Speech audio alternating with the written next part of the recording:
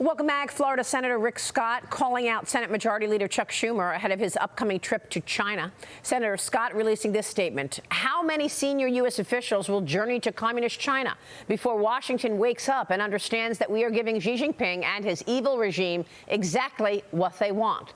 Since Chuck Schumer got elected to the Senate, communist China's GDP has grown from $1.1 trillion to more than $18 trillion today. Florida Senator Rick Scott joins me right now. He's a member of the Senate Budget and Homeland Security Committees. Senator, thanks very much for being here this morning. We talk about this all the time. We do not understand why this administration continues sending people to China, hat in hand. And I understand you're planning on taking action to limit these congressional trips to China. Tell us about it.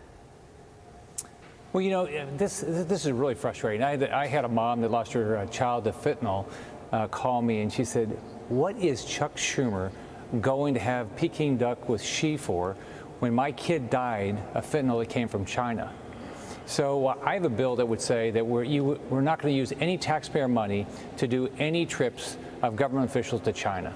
I mean, they kill our citizens with fentanyl, they send spy balloons, they build a military, they threaten our allies, they steal our jobs, they lie, basically they lie, cheat, and steal, and then we're going to appease them? I mean, the Biden administration's doing it.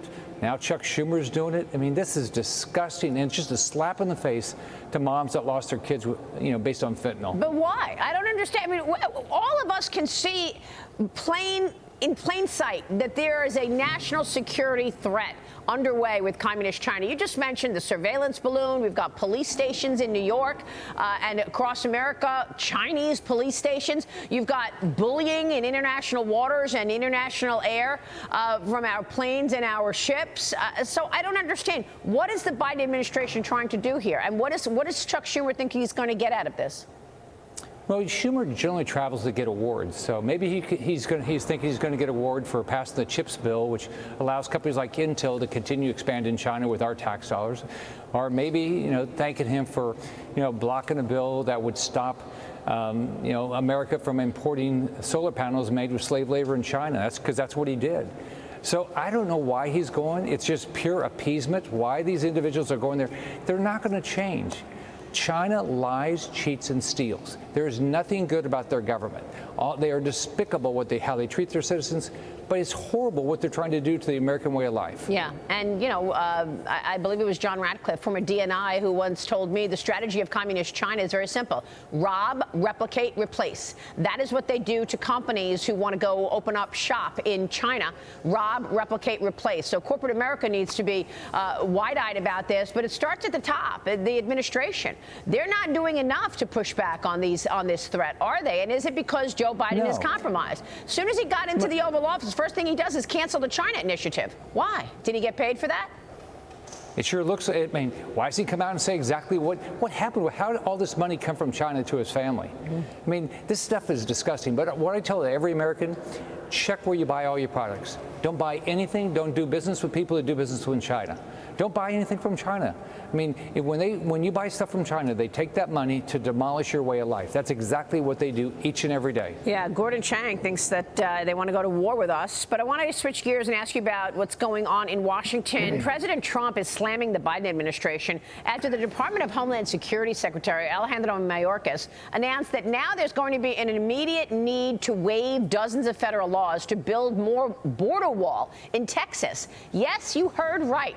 Trump told Fox News Digital last night Biden sees our country is being invaded. What is he going to do about the 15 million people from prisons, mental institutions, insane asylums, and terrorists that have already come into the country? Senator, do you see this as a change in sentiment, tone, policy from this administration that now they're talking about building a wall? You would hope, right? When you have Eric Adams, the mayor of New York, saying he can't take any more, the governor of New York saying they can't take any more, sanctuary states and cities. So you'd hope they would change. But Mayorkas, Biden, they've just been complete liars. I've been to the border.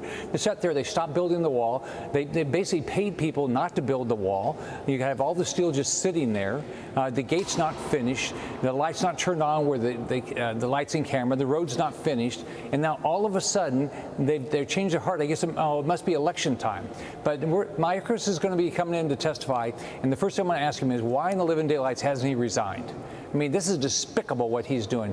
What Biden's done to this country, the amount of people dying because of his crazy actions along the border, I just think, why doesn't Biden care about these people dying of fentanyl overdose? I don't get it. Yeah. And the criminals, the terrorists that are coming in, it doesn't make any sense to me. Well, it's being called a serious dereliction of duty, leaving our southern border wide open.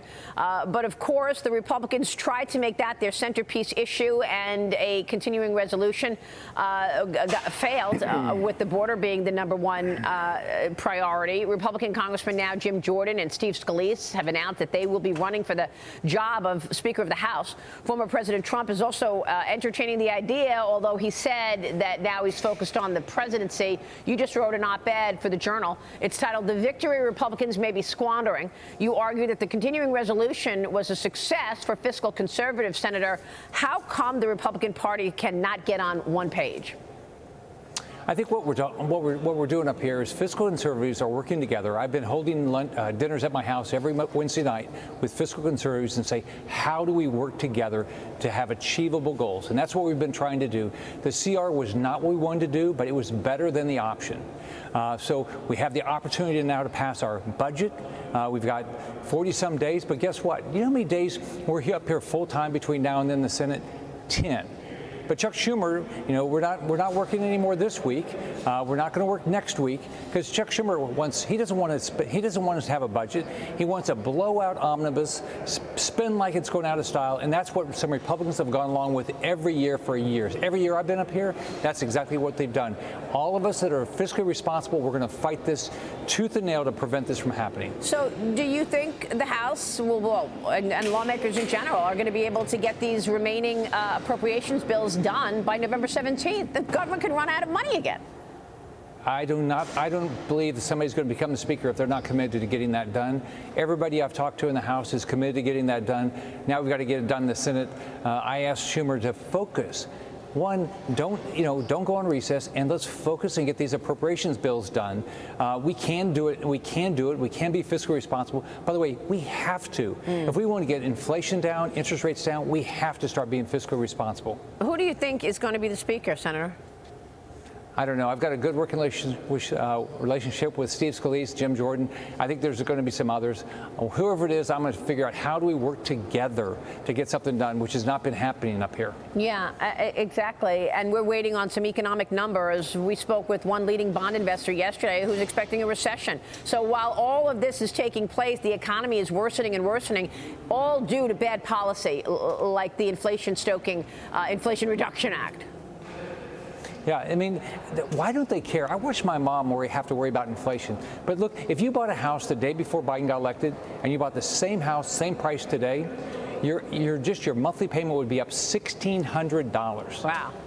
That's incredible. Think about a young person getting out of school trying to buy their first house. Well, I mean, they're making this ridiculously expensive. Well, you got mortgage rates at 7.5%. Senator, good to see you. Thank you so much for joining us this morning. Bye, Maria. All right, Senator Rick Scott joining us.